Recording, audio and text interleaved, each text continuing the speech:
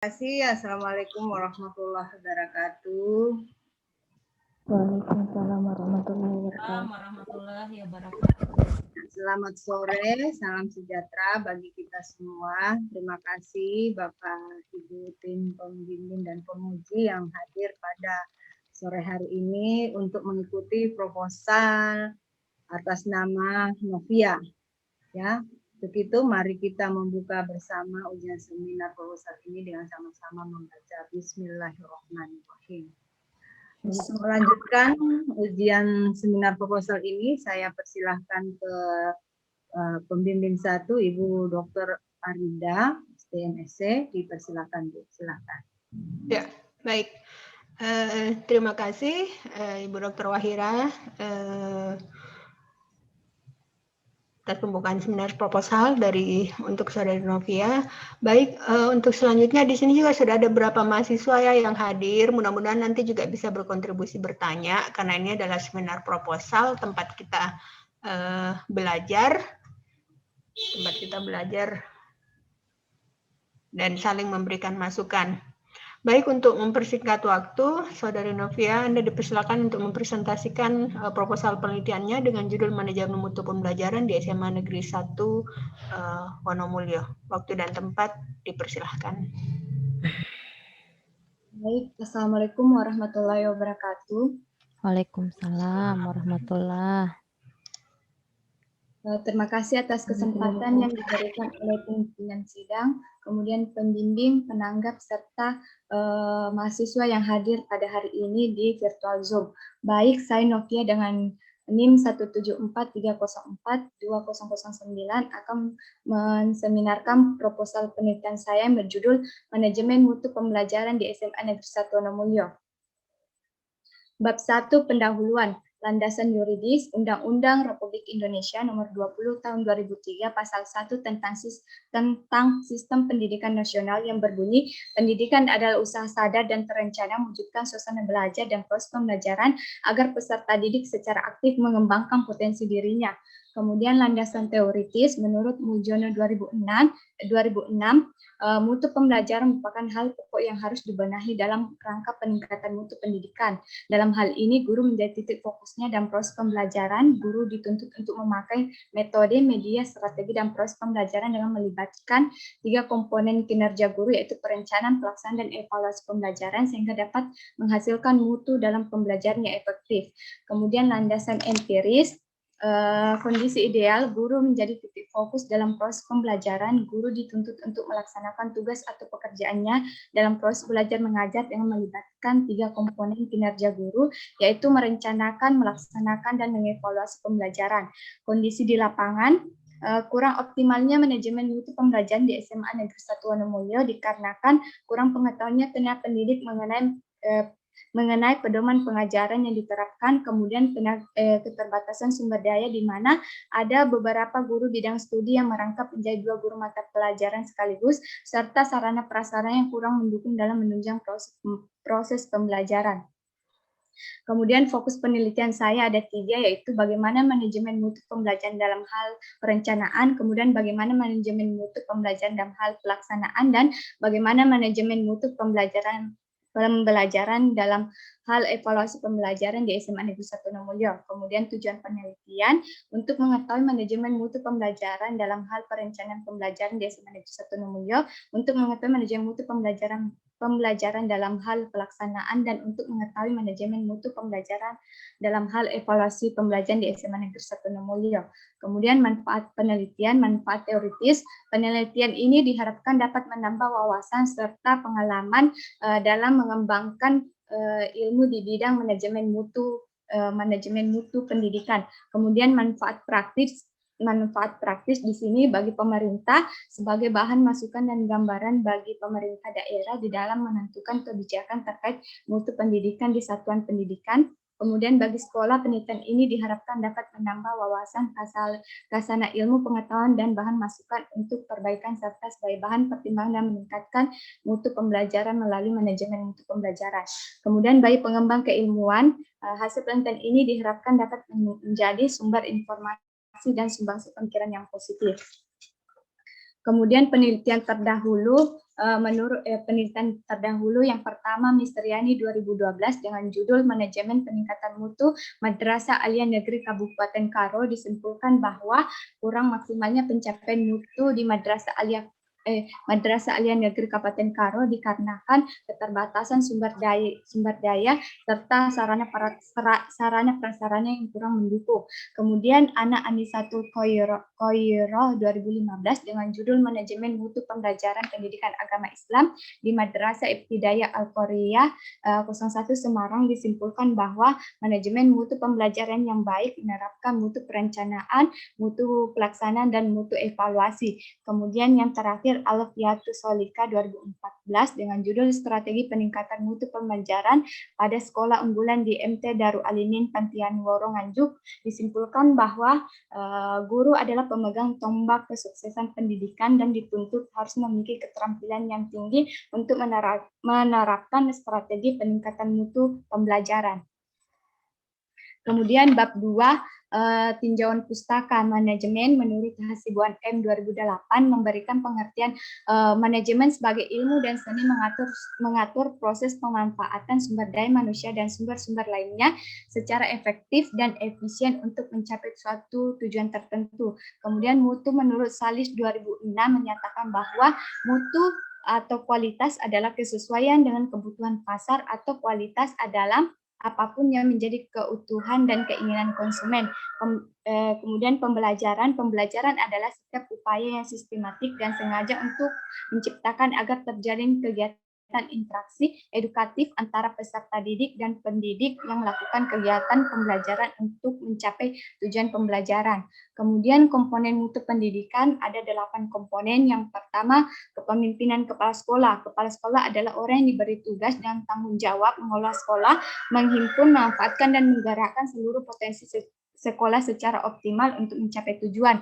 Kemudian manajemen kurikulum dan pengajaran mencakup kegiatan perencanaan, pelaksanaan, dan penilaian kurikulum.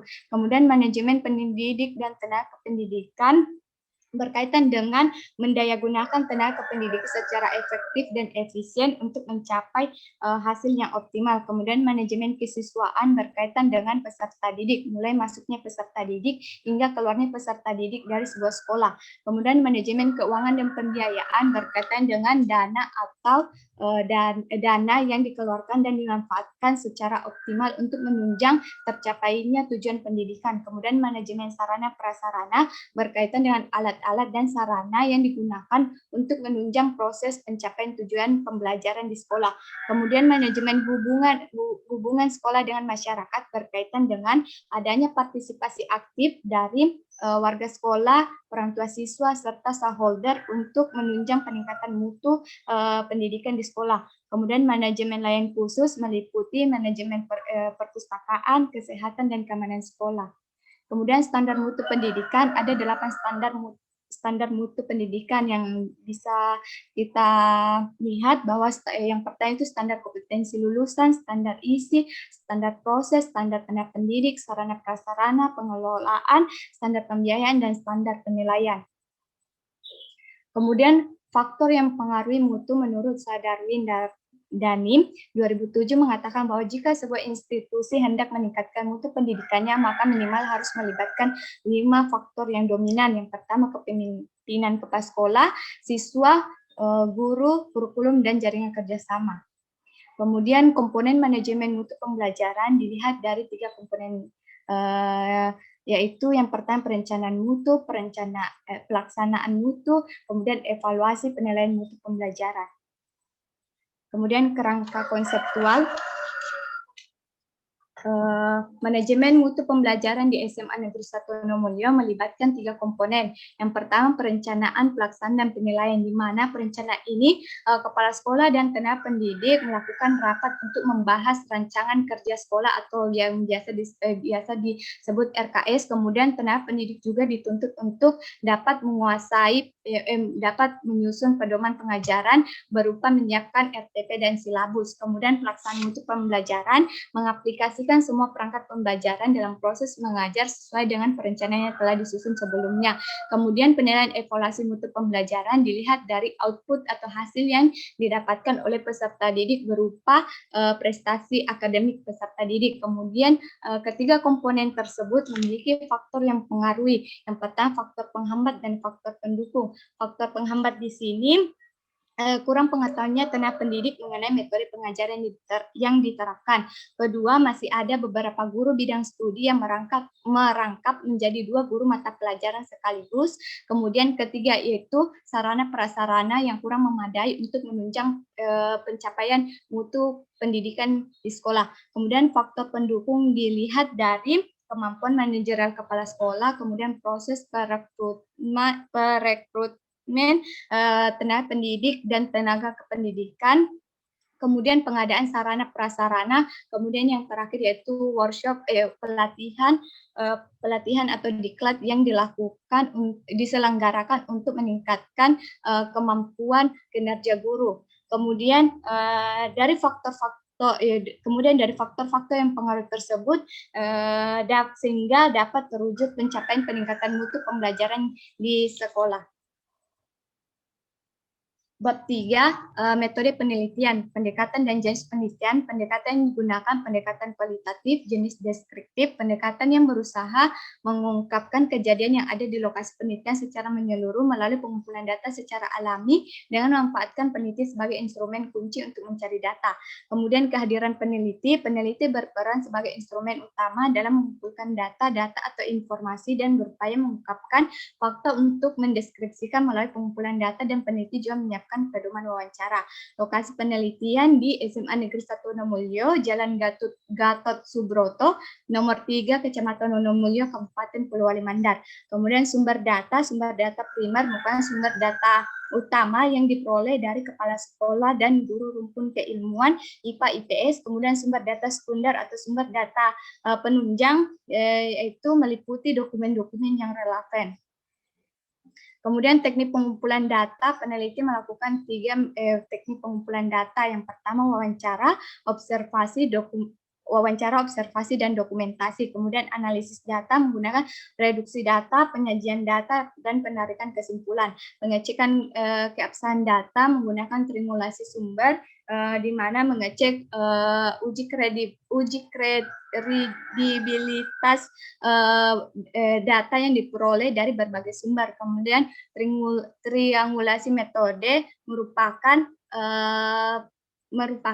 apakah hasil wawancara, apakah hasil observasi sesuai dengan hasil wawancara yang diperoleh dari informan, dan apakah kedua teknik pengumpulan data, wawancara dan observasi sesuai dengan dokumen yang ada. Kemudian tahap penelitian menggunakan tahap pralapangan, kemudian tahap pekerja lapangan, tahap analisis data, tahap pembuatan laporan, dan perumusan hasil penelitian.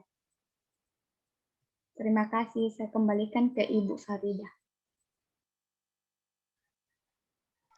Baik, terima kasih ya atas presentasinya. Saya mulai dari mahasiswa dulu. Ada yang mau mengklarifikasi atau bertanya? Luar biasa. Ini Irfan mau bertanya, tahu Bu? Irfan, mau kau bertanya Irfan?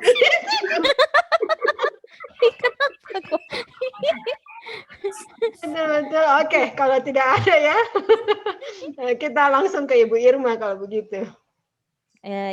Terima kasih atas kesempatannya Bu. Tadi awalnya apalagi saya tadi takutnya nanti pingsan ki Novia membaca. Tidak ada kodong titik komanya, nah tancap ki kayak orang lari membaca lah. Ya. Takutku jangan sampai sementara membaca langsung pingsan. Ya, oke. Baik, Novia. Ya, saya sudah membaca proposal yang Novia kirimkan beberapa hari yang lalu. Jadi di sini Anda ingin meneliti mengenai Manajemen mutu pembelajaran. Iya, manajemen mutu pembelajaran di SMA Negeri 1 Wonomulyo. Polmandi, ya. Baik. Yang saya lihat di sini, saya sudah baca dan memang sudah lengkap sesuai dengan mekanisme karena Anda ingin meneliti dan menggunakan metode kualitatif ya. Iya, Ibu. Ya, yang saya ingin tanyakan di sini, Dek, apakah selain misalkan penurunan daripada nilai akreditasi yang tadinya dapat akreditasi A kan, kemudian turun menjadi akreditasi B. Nah, hal apa yang Anda lihat lainnya selain daripada penurunan daripada nilai akreditasinya? Gejala lain apa yang Anda lihat selain daripada nilai akreditasi itu? Baik Anda Ibu. sudah lakukan kan penelitian awal di lapangan, bisa diceritakan? Baik Ibu, terima kasih atas pertanyaannya. Menurut pada saat saya observasi awal Bu pada tanggal 13 Januari 2021 oleh salah satu guru SMA Negeri 1 Nomolyo di sana mengatakan Bu, kurang optimalnya manajemen mutu pembelajaran mutu pendidikan di SMA Negeri 1 Nomolyo Bu dikarenakan dikarenakan keterbatasan sumber daya manusia Bu, di mana ada beberapa tenaga pendidik yang merangkap menjadi 2 guru mata pelajaran sekaligus. Kemudian ada juga beberapa tenaga pendidik yang kurang memahami mengenai metode pengajaran yang diterapkan Bu. Kemudian yang ketiga itu sarana prasarana yang kurang memadai Bu untuk menunjang proses pembelajaran Ibu, seperti ruang lab, kemudian LCD dan alat-alat lainnya Ibu. Oke, baik. Berkhusus pada pembelajaran itu, Dek, di sini kan yang saya lihat datanya bahwa ada 32 jumlah guru dengan jumlah berapa rombelnya itu? 27 ya? 27 kelas, 27 kelas. Nah, tadi diungkapkan bahwa ada beberapa guru yang mengajarkan 2 mata pelajaran sekaligus. Ya, yang mungkin perlu dipertanyakan nanti pada saat di lapangan, apakah yang mengajarkan 2 mata pelajaran itu sesuai dengan kompetensinya atau tidak? Ya kan, sesuai dengan kompetensinya atau tidak? Kompetensi iya, jangan sampai misalkan dia guru dia ijazah daripada guru tersebut matematika, sementara misalkan nanti dia juga dipaksakan untuk mengajar IPA, ya kan? Yang itu yang perlu dipertanyakan, karena di sini karena memang di sini disampaikan bahwa ada beberapa guru yang memang mengajarkan 2 mata pelajaran, ya. Kemudian di sini Novia ada beberapa yang saya temukan, mungkin di sini kata-katanya lupa, mungkin dibaca ulang ya. Tidak baku seperti ini ya. Sekolah gimana ya, menunjukkan bahwa sekolahan tersebut sudah dibilang bermutu. Ya kan, sudah dibilang ya, kata-kata yang seperti itu kadangkala kan artinya Novia tidak baca ulang ini.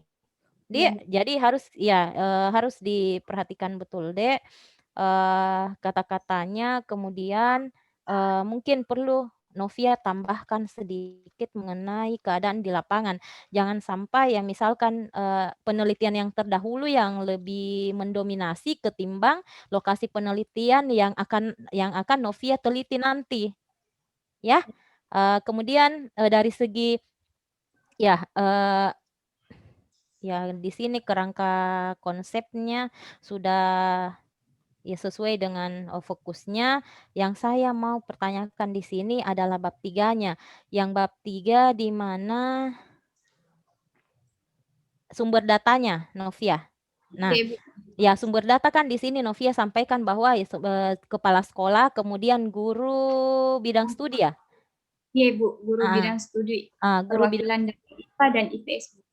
Ya, perwakilan IPA dan IPS.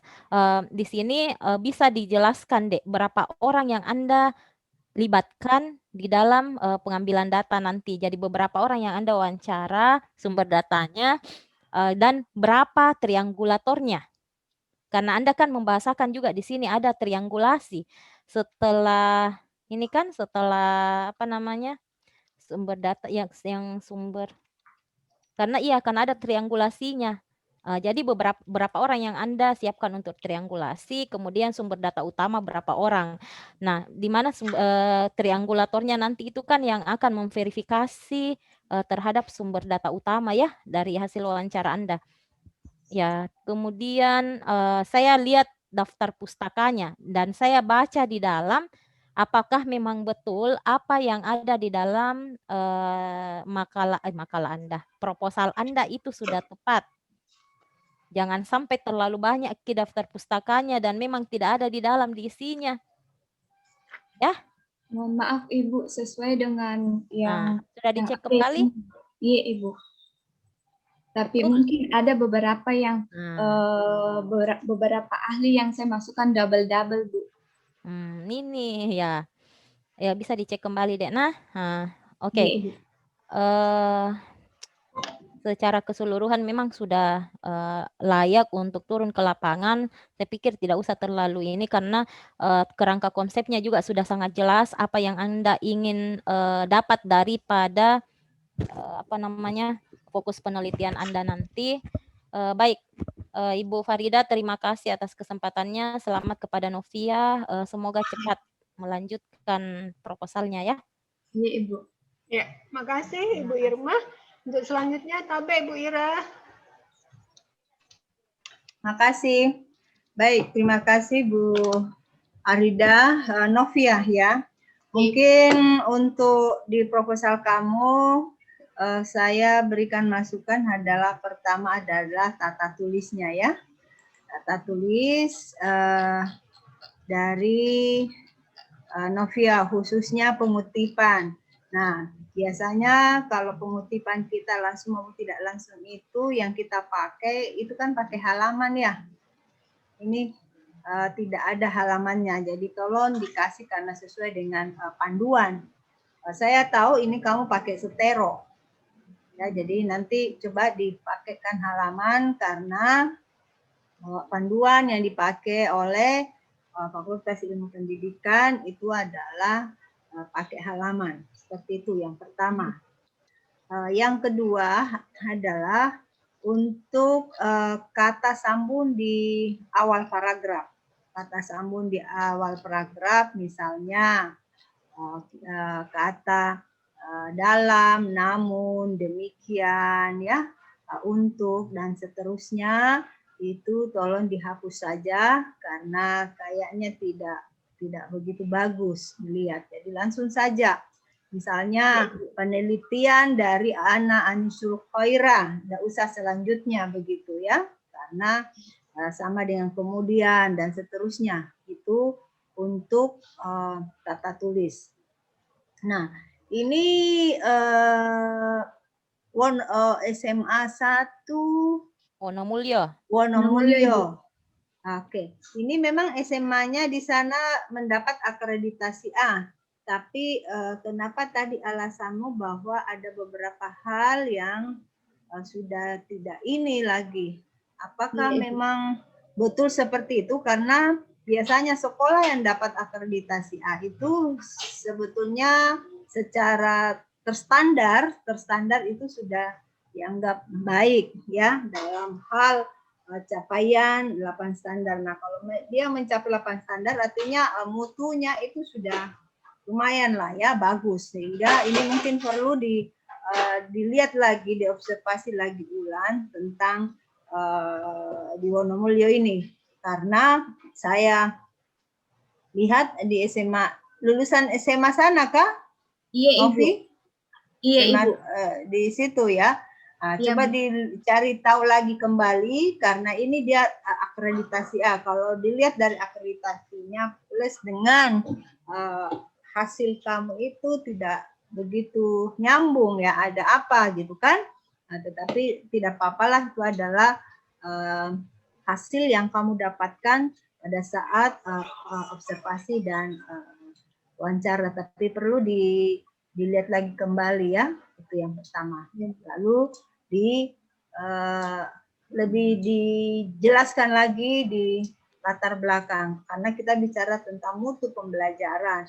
Nah, dalam hal ini mutu pembelajaran bisa dicari datanya melalui hasil supervisinya ya, karena dikatakan mutu pembelajaran baik itu kalau proses atau hasil supervisi yang dilakukan oleh kepala sekolah itu bagus, misalnya seperti itu ya. Jadi salah satunya, jadi nanti arahnya ke situ pada saat proses penelitian di lapangan. Itu yang pertama. Yang berikutnya adalah di kutipan ya, kutipan-kutipan langsung dan tidak langsungnya itu tolong diperhatikan lagi baik-baik karena banyak teori-teori dimasukkan seperti kita mengambil dari buku. Jadi kalau kita mengutip punya orang itu diperapase saja, ada yang dikurangi, ada ditambah dengan kata-katanya sehingga menjadi kutipan tidak langsung. Kecuali itu langsung biasanya ada beberapa teori dan juga itu juga dilihat pada saat kita mengutip teori orang bagaimana kodenya, berapa baris. Biasanya sih 4 baris, di atas 4 baris itu baru 1 spasi ya. Tapi kalau di bawah 4 baris ke bawah itu tetap 2 spasi dimasukkan di situ. Jadi tolong dilihat baik-baik untuk kata tulisnya. Ya, Ibu. Lalu betul yang dikatakan sama Ibu Irma, banyak sekali saya lihat daftar pustakamu banyak sekali, tapi tolong dicek apakah betul yang ada di belakang itu ada di depan ya, khususnya pada saat kita mengutip punya orang, itu dilihat lagi kembali lah kata tulisnya, karena biasanya mungkin dalam pengutipan kita mengambil punya orang itu apakah kita mengcopy langsung atau bagaimana ya, karena saya lihat banyak sekali dan setelah dicari-cari ada beberapa yang tidak, khususnya pengutipan. Jadi kalau mengutip itu jangan dalam kurun nama orang, tahun, baru itu ya, jadi agak ganjal. Coba lihat lagi deh pedoman penulisan skripsinya Fakultas Ilmu Pendidikan supaya menjadi lebih rapi dan lebih baik. Mungkin begitu Bu Ida, saya kembalikan.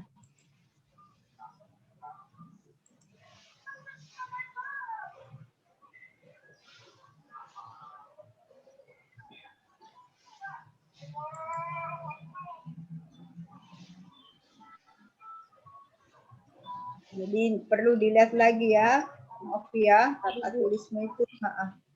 Terus itu daftar pustakanya juga. Kalau biasanya di kita itu daftar pustaka tidak dalam kurung, ya, pakai titik. Iya, Ibu. Ya, perbaiki lagi lah semuanya. Oke, mungkin cukup Bu Farida. Kayaknya Ibu Ida ke toilet ini. Bu. Oke, Pak Ardiansa, saya kembalikan. Ambil alih dulu.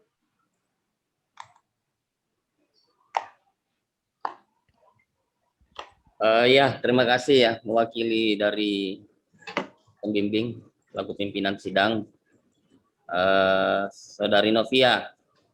Ya, saya kira tadi sudah banyak masukan dari para dosen penanggap ya, Ibu Irma, kemudian dari Ibu Dr. Wahira yang sudah memberikan saran masukan ya.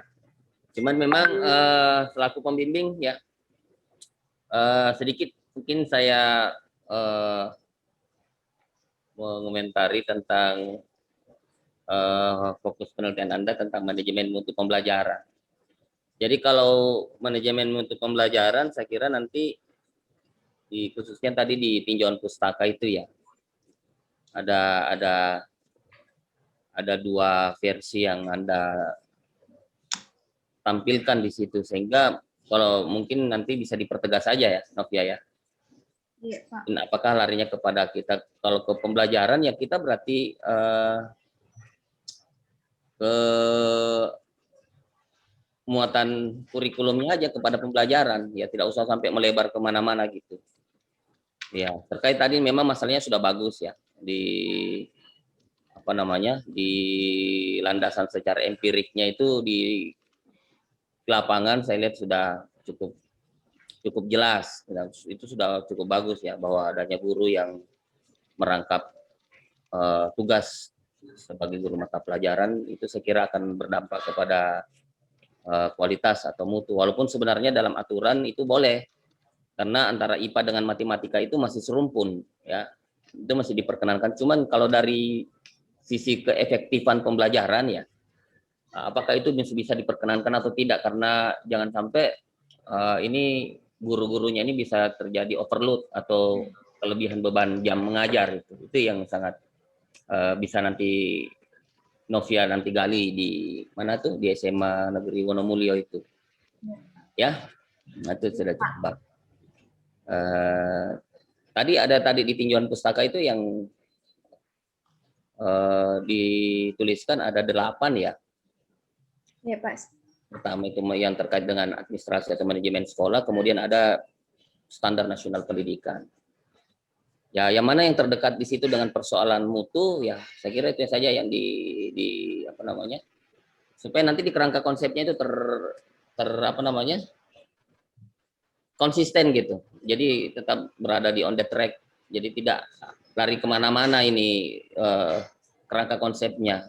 Ya, jadi itu saja mungkin yang saya mau tegaskan di Novia. Nanti bisa didiskusikan lagi ya. Bersama juga Ibu Farida nanti selaku pembimbing pertama, saya pembimbing kedua.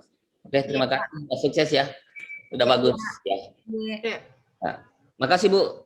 Saya kembalikan. Ya, terima kasih Panca. Saya juga sebenarnya sama ininya ke Panca. Ini sebenarnya manajemen mutu pembelajaran. Nah, berarti kajiannya adalah ke bagaimana manajemen mutunya, lebih ke situ. Ya. Itu yang nanti ya, Novia, kita udah sering kali mendiskusikan ini. Kenapa saya tidak terlalu ini kan masalah kerangka konsep, karena riset ini adalah kualitatif, berarti nanti kita menuliskan kembali kerangkanya itu berdasarkan temuan saja, berdasarkan data. Tapi yang pasti kamu harus kuat kajiannya tentang manajemen mutu pembelajaran. Ya? Jadi nanti fokus data yang harus dicari adalah data yang terkait tentang bagaimana sekolah melakukan itu manajemen mutu pembelajaran di ranah itu. Dan tadi Pak Ardiansa menyampaikan fokus di pembelajaran. Lebih ke situ nanti ya. Ya, Bu. Jadi nanti kita lihat datanya, tapi sekali lagi perdalam dan betul-betul difahami tentang apa yang kita maksud dengan manajemen mutu pembelajaran. Iya, Bu. Bisa ya? Iya. Oke, kalau begitu saya bisa dilanjutkan ini ya, Bu Irma, Pak Anca, bisa dilanjutkan ya, cuma dia perlu pertajam. Ya, Tabe, saya kembalikan Bu Ira. Tabe. Ya, baik. Ya, baik. Terima kasih Bapak Ibu tim penguji dan pembimbing yang saya hormati, Saudara Novia ya. Jadi seluruh masukan masing-masing penguji dan pembimbing diperbaiki sehingga proposal ini bisa dilanjutkan dengan catatan memperbaiki seluruh masukan-masukan daripada tim penguji dan pembimbing. Baik, sekali lagi saya ucapkan terima kasih pada tim pembimbing dan penguji yang sudah hadir pada sore hari ini, terkhusus para mahasiswa yang hadir, yang ada di room ini, silahkan yang belum maju dipercepat lagi pembimbingannya, segera menyusul teman-temannya yang lain yang sudah proposal. Baik, untuk itu sekali lagi saya ucapkan terima kasih. Mari kita menutup ujian proposal ini dengan sama-sama membaca Alhamdulillahirrabbilalamin. Assalamualaikum warahmatullahi wabarakatuh. Selamat sore. Waalaikumsalam.